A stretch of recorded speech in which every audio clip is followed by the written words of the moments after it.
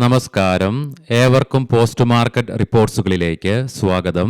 ഏവർക്കും ഒരിക്കൽ കൂടി ഈദ് മുബാറക്. എല്ലാവരും ഈദൊക്കെ നല്ല രീതിയിൽ തന്നെ ആഘോഷിച്ചെന്ന് വിശ്വസിക്കുന്നു. മാർക്കറ്റിലേക്ക് വന്നു കഴിയുമ്പോൾ ഇന്ന് ശക്തമായ ഒരു ഗ്യാപ്പ് അപ്പോട് കൂടിയിട്ടുള്ള ഓപ്പണിംഗ് ആയിരുന്നു ലഭ്യമായിരുന്നതും തുടർന്ന് മാർക്കറ്റിനെ ശക്തി ആർജിക്കുവാനും സാധിച്ചു. എങ്കിലും നിഫ്റ്റിക്കൊക്കെ ഇന്ന് അതിന്റെ നേട്ടത്തിൽ നിന്നും ഏകദേശം പകുതിയിലേറെ പോയിന്റുകൾ ചോർന്നു പോവുകയും ചെയ്തു. ഇന്നലെ നേരിടേണ്ടി വന്ന അതിശക്തമായ ഇടിവിന് ശേഷം ഇന്ന് എന്തെല്ലാം കാരണങ്ങളാണ് നമ്മുടെ മാർക്കറ്റിനെ നേട്ടത്തിലേക്ക് നയിച്ചതെന്നും കൂടാതെ എന്നെല്ലാം കാരണങ്ങൾ കൊണ്ടാണ് ഇന്നത്തെ മാർക്കറ്റിന്റെ നേട്ടത്തിന്റെ ഭൂരിഭാഗം പോയിന്റുകളും ചോർന്നു പോകാൻ ഇടയാക്കിയതെന്നും വിശദമായി തന്നെ നമുക്ക് ഈ വീഡിയോയിൽ പരിശോധിക്കാം. 250ലേറെ പോയിന്റുകളുടെ ട്രേഡിംഗ് റേഞ്ച് ഇന്ന് നിഫ്റ്റിയിൽ മാത്രം ക്രിയേറ്റ് ചെയ്യപ്പെട്ടപ്പോൾ 23,067 എന്ന ലെവലിൽ സപ്പോർട്ടും എടുക്കുവാൻ സാധിച്ചു. തൽഫലമായി 112 പോയിന്റുകളുടെ നേട്ടത്തോടുകൂടി 23,114 എന്ന ലെവലിൽ വ്യാപാരം അവസാനിപ്പിക്കുവാനും സാധിക്കുകയും ചെയ്തു. മാത്രമല്ല നിഫ്റ്റി ഈ ആഴ്ച 2 തവണ, അതായത് ഒന്ന് തിങ്കളാഴ്ചയും ഇന്നലെയും 23,000 എന്ന സൈക്കോളജിക്കൽ ലെവൽ ബ്രേക്ക് ചെയ്തെങ്കിലും ഒരിക്കൽ പോലും 23,000 എന്ന സൈക്കോളജിക്കൽ ലെവലിന് താഴെയായിട്ട് വ്യാപാരം അവസാനിപ്പിക്കേണ്ടി വരികയും ചെയ്തിട്ടില്ല.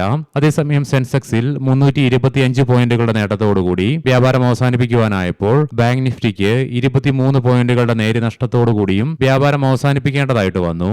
NSEയുടെ അഡ്വാൻസ് ഡിക്ലൈൻ റേഷ്യോയിൽ 1,756 സ്റ്റോക്കുകൾക്ക് നേട്ടത്തോടുകൂടി വ്യാപാരം അവസാനിപ്പിക്കുവാനായപ്പോൾ 1,225 സ്റ്റോക്കുകൾക്ക് നഷ്ടത്തോടുകൂടി വ്യാപാരം അവസാനിപ്പിക്കേണ്ടതായിട്ട് വന്നു. മീഡിയ, പ്രൈവറ്റ് ബാങ്ക്, റിയാലിറ്റി തുടങ്ങിയ മേഖലകളെ മാറ്റി നിർത്തിയാൽ ബാക്കി എല്ലാ സെക്ടേഴ്സിനും നേട്ടത്തോടുകൂടി തന്നെ വ്യാപാരം അവസാനിപ്പിക്കുവാനുമായി auto, IT, metal, pharma, PSU bank തുടങ്ങിയ മേഖലകൾക്ക് ഇന്ന് 1 മുതൽ 2% നേട്ടവും കൈവരിക്കുവാനായി. അതേസമയം ബോർഡർ മാർക്കറ്റ്സിൽ നിന്നും മിക്സ്ഡ് ആയിട്ടുള്ള പെർഫോമൻസ് ആണ് കാണുവാനായിട്ടും സാധിക്കുക.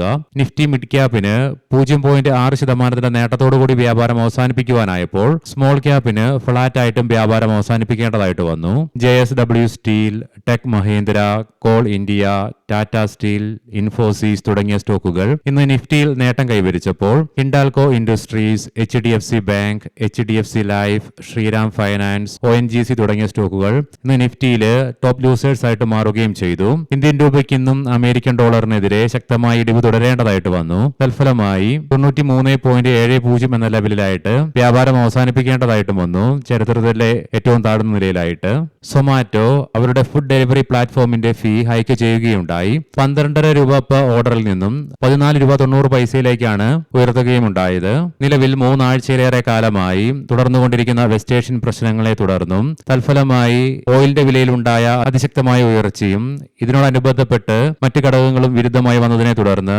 മാർക്കറ്റിലുണ്ടായ ശക്തമായ ഇടിവിനെ തുടർന്ന് BSEയിലുള്ള 1000 സ്റ്റോക്കുകളിൽ 65%-ഓളവും 3 വർഷത്തെ CAGR റിട്ടേൺസ് നഷ്ടപ്പെടുകയുണ്ടായി. ഈ 65%-ൽ ഏകദേശം 35% പകുതിയോളം സ്റ്റോക്കുകൾ അവയുടെ 5 വർഷത്തെ നേട്ടങ്ങൾ മായ്ച്ചു കളയുകയും ചെയ്തു.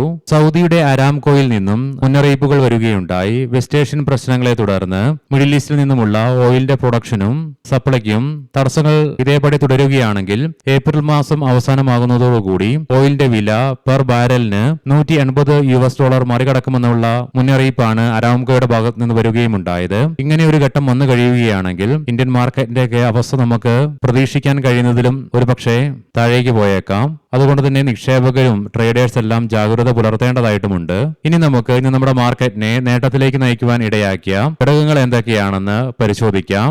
ഇന്നലെ US പ്രസിഡന്റ് ട്രംപിന്റെ ഭാഗത്ത് നിന്നും ഇറാനുമായി ബന്ധപ്പെട്ടുള്ള എനർജി ഇൻഫ്രാസ്ട്രക്ചറിന്റെ മുകളിൽ ആക്രമണം USന്റെയോ ഇസ്രായേലിന്റെ ഭാഗത്ത് നിന്ന് വരികയില്ലെന്നുള്ള പ്രഖ്യാപനം വരികയുണ്ടായി. ഇതിനെ തുടർന്ന് ഗ്ലോബൽ മാർക്കറ്റില് ഓയിലിന്റെ വില ഇടിയുവാനും കാരണമായി. അതിന്റെ ഒരു പ്രതിഫലനം കൊണ്ട് തന്നെയാണ് ഇന്ന് നമ്മുടെ മാർക്കറ്റിന് ശക്തമായ ഒരു നേട്ടത്തിലേക്ക് ഒരു ഘട്ടത്തിൽ കടക്കുവാൻ സാധിച്ചതും. കൂടാതെ ഈ ആഴ്ചയിലെ ആദ്യ 3 ട്രേഡിംഗ് സെഷനിൽ പ്രകടമായ വാല്യൂ ബൈയിങ്ങും ഇന്നും ഇന്ത്യൻ മാർക്കറ്റിൽ പ്രകടമാവുകയും ചെയ്തു. ഇന്നലെ US മാർക്കറ്റിൽ S&P 500-നും നാസ്ഡാക്കിനും നഷ്ടത്തോടുകൂടി തന്നെ വ്യാപാരം അവസാനിപ്പിക്കേണ്ടി വന്നെങ്കിലും ഇന്ന് രാവിലെ ഡോ ജോൺസ് ഫ്യൂച്ചർ വ്യാപാരം പുനരാരംഭിച്ചപ്പോൾ ഏകദേശം 1% നേട്ടത്തിലാണ് വ്യാപാരം നടത്തിക്കൊണ്ടിരുന്നതും. കൂടാതെ നമ്മൾ മുൻപ് കണ്ട പോലെ തന്നെ ഇന്നലെ ട്രംപിന്റെ ഭാഗത്ത് നിന്ന് വന്ന ഇറാൻ അനുകൂലമായുള്ള പ്രസ്താവനയെ തുടർന്ന് ജിയോ പൊളിറ്റിക്കൽ ടെൻഷൻസ് കുറയുമെന്നുള്ള പ്രതീക്ഷ മാർക്കറ്റ് മാർക്കറ്റിൽ ഇന്നൊരു ഘട്ടം വരെ തുടരുകയും ഉണ്ടായി. മാത്രമല്ല ഇന്നൊരു ഘട്ടത്തിൽ ഇന്ത്യ വിക്സിൽ 3% ഇടിവും രേഖപ്പെടുത്തുകയും ചെയ്തു. കൂടാതെ ഇന്ന് ഹെവി വെയിറ്റ് സ്റ്റോക്കുകളിലും ശക്തമായ ബൈയിങ് പ്രകടമായിരുന്നു. എസ്പെഷ്യലി റിലയൻസ് ഇൻഡസ്ട്രീസിലൊക്കെ ഇൻട്രാഡേ ബേസിസിൽ 3%-നടുത്ത് നേട്ടം കൈവരിക്കുവാനും സാധിച്ചു. മാത്രമല്ല റിലയൻസ് ഇൻഡസ്ട്രീസ് 2%-ലേറെ നേട്ടത്തോടു കൂടിയിട്ടാണ് ക്ലോസിംഗും രേഖപ്പെടുത്തുകയുണ്ടായത്. ഈ പറഞ്ഞ കാരണങ്ങൾ കൊണ്ടൊക്കെയാണ് ഇന്ന് നമ്മുടെ മാർക്കറ്റിന് ഒരു ഘട്ടത്തിൽ ശക്തമായ നേട്ടം കൈവരിക്കാനായതും പിന്നീട് ഇടിവ് നേരിടേണ്ടി വന്നെങ്കിലും നേട്ടത്തോടുകൂടി തന്നെ വ്യാപാരം അവസാനിപ്പിക്കുവാനുമായത്. അതേസമയം 3 ഘടകങ്ങളാണ് ഇന്ന് നമ്മുടെ മാർക്കറ്റിന്റെ ഭൂരിഭാഗം പോയിന്റുകളെയും ചോർത്തിക്കളയുകയും ഉണ്ടായത്. ആദ്യമായി തന്നെ ഇന്നും തുടർച്ചയായി ഇന്ത്യൻ രൂപയ്ക്ക് അമേരിക്കൻ ഡോളറിന് നേരിടേണ്ടി വന്ന അതിശക്തമായ ഇടിവ് തന്നെയാണ്. മറ്റൊന്ന്, ഇന്ന് രാവിലെ ബ്രെന്റ് ക്രൂഡിന്റെയും ക്രൂഡ് ഓയിലിന്റെ വിലയിൽ ഏകദേശം 1%-ലേറെ ഇടിവ് അനുഭവപ്പെട്ടെങ്കിലും പിന്നീട് ബ്രെന്റ് ക്രൂഡിന്റെയും ക്രൂഡ് ഓയിലിന്റെ വിലയിൽ വീണ്ടും ഉണർവ് രേഖപ്പെടുത്തുകയുണ്ടായി. മാത്രമല്ല നിലവിലും ഇവയുടെ വിലയിൽ നേരിയ ഉയർച്ച അനുഭവപ്പെട്ടുകൊണ്ടുമിരിക്കുന്നു. ഇന്നലെ ഉൾപ്പെടെ എല്ലാ ട്രേഡിംഗ് സെഷനിലും വിദേശ ധനകാര്യ സ്ഥാപനങ്ങൾ തുടർന്ന സെല്ലിങ്ങും നമ്മുടെ മാർക്കറ്റിന്റെ ആത്മവിശ്വാസത്തെ സാരമായ രീതിയിലും ബാധിച്ചു. ഇനി ഗ്ലോബൽ മാർക്കറ്റുകൾ പരിശോധിക്കാം. നിലവിൽ യുഎസിലെ ഡോ ജോൺസ് ഫ്യൂച്ചർ രാവിലത്തെ നേട്ടങ്ങളെയൊക്കെ നഷ്ടപ്പെടുത്തിക്കൊണ്ട് ആകെ 44 പോയിന്റുകളുടെ അഥവാ 0.1% നേട്ടം മാത്രമേ പ്രതിഫലിപ്പിക്കുന്നുള്ളൂ. യൂറോപ്യൻ മാർക്കറ്റ്സിൽ UK, ഫ്രാൻസ്, ജർമ്മൻ മാർക്കറ്റുകൾ 0.5%-ലേറെ നഷ്ടത്തോടുകൂടി തന്നെയാണ് വ്യാപാരം നടത്തിക്കൊണ്ടിരിക്കുന്നതും. ഏഷ്യൻ മാർക്കറ്റ്സിൽ ഇന്ന് ഇന്തോനേഷ്യൻ മാർക്കറ്റിന് അവധിയായിരുന്നു. ഇന്ത്യൻ, കൊറിയൻ, തായ്ലൻഡ് മാർക്കറ്റുകൾക്ക് മാത്രമേ നേട്ടത്തോടുകൂടി വ്യാപാരം അവസാനിപ്പിക്കുവാനുമായുള്ളൂ. ബാക്കി ചൈന ഉൾപ്പെടെ എല്ലാ മാർക്കറ്റിനും നഷ്ടത്തോടുകൂടി തന്നെ വ്യാപാരം അവസാനിപ്പിക്കേണ്ടതായിട്ടും വന്നു. ജപ്പാൻ മാർക്കറ്റിൽ നിന്ന് 3.5% ഇടിവും നേരിടേണ്ടതായിട്ട് വരികയും ചെയ്തു. കൊമോഡിറ്റിയിൽ ബ്രെന്റ് ക്രൂഡിന്റെ വിലയിൽ 1.5%-ലേറെയും ക്രൂഡ് ഓയിലിന്റെ വിലയിൽ 0.5%-ലേറെയും ഉയർച്ചയാണ് അനുഭവപ്പെടുന്നത്. ബ്രെന്റ് ക്രൂഡിന്റെ വില $110.49 പെർ ബാരൽ എന്ന നിലയിലായിട്ടും ക്രൂഡ് ഓയിലിന്റെ വില $96.06 പെർ ബാരൽ എന്ന നിലയിലുമായിട്ടാണ് വ്യാപാരം നടത്തിക്കൊണ്ടിരിക്കുന്നത്. ഗോൾഡ് അതേപടി തന്നെ തുടരുന്നുണ്ട്, ഫ്ലാറ്റ് ആയിട്ട് $4,652.99 പെർ ഔൺസ് എന്ന നിലയിലായിട്ടാണ് ഗോൾഡിൽ വ്യാപാരം നടന്നുകൊണ്ടിരിക്കുന്നതും. ഇനി നമുക്ക് ഇന്നത്തെ പ്രധാനപ്പെട്ട സ്റ്റോക്കിംഗ് ന്യൂസുകൾ പരിശോധിക്കാം. മുൻകൂട്ടി ഓർമ്മിപ്പിച്ചുകൊള്ളട്ടെ, ഇത് ഒരു ബൈ ഓർ സെൽ റെക്കമെൻഡേഷൻ അല്ല. ടാറ്റ കൺസൾട്ടൻസി സർവീസസ് സിസ് പാസ്പോർട്ട് പങ്കാളിത്തം 5 വർഷത്തേക്ക് കൂടി നീട്ടിക്കിട്ടി. 1.1 സൊല്യൂഷൻസ് പിരമിൽ ഫിനാൻസിൽ നിന്ന് 60 കോടി രൂപയുടെ 3 വർഷത്തെ കസ്റ്റമർ എക്സ്പീരിയൻസ് കോൺട്രാക്ട് കമ്പനി നേടിയെടുത്തു. ആസ്റ്റർ DM health care interim dividend പരിഗണിക്കുന്നതിനായിട്ട് 2026 മാർച്ച് 26-ന് കമ്പനിയുടെ ബോർഡ് യോഗം ചേരും. എയർപേസ് ഇൻഡസ്ട്രീസ് കമ്പനിയുടെ പൂനെയിലുള്ള പുതിയ മാനുഫാക്ചറിംഗ് യൂണിറ്റില് പ്രവർത്തനം ആരംഭിച്ചു. അരബിൻഡോ ഫാർമ കമ്പനിയുടെ അനുബന്ധ സ്ഥാപനമായ അപ്പിറ്റോറ ഫാർമയുടെ തെലങ്കാനയിലുള്ള ഫെസിലിറ്റിക്ക് US FDAയുടെ ഭാഗത്തു നിന്നും വോളണ്ടറി ആക്ഷൻ ഇൻഡിക്കേറ്റഡ് ക്ലാസിഫിക്കേഷൻ ലഭിക്കുകയുണ്ടായി.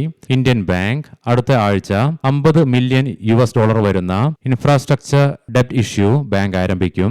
വാടെക് വെബാക് മലിനജല ശുദ്ധീകരണ പ്ലാന്റ് സ്ഥാപിക്കുന്നതിനായി ജോർജിയയിൽ നിന്നും 250 കോടി രൂപയ്ക്കും 600 കോടി രൂപയ്ക്കും ഇടയ്ക്ക് മൂല്യം വരുന്ന കരാർ കമ്പനിക്ക് ലഭിച്ചു. CMS info systems Parag Parikh cap fund സ്റ്റോക്കിൽ 3.65% ഓഹരികൾ സ്വന്തമാക്കി. ഏവർക്കും നല്ല ഒരു വീക്കെൻഡ് ആശംസിക്കുന്നു. ഞായറാഴ്ച മാർക്കറ്റ് ഔട്ട്ലുക്ക് വീഡിയോയുമായി കണ്ടുമുട്ടാം. നന്ദി, നമസ്കാരം.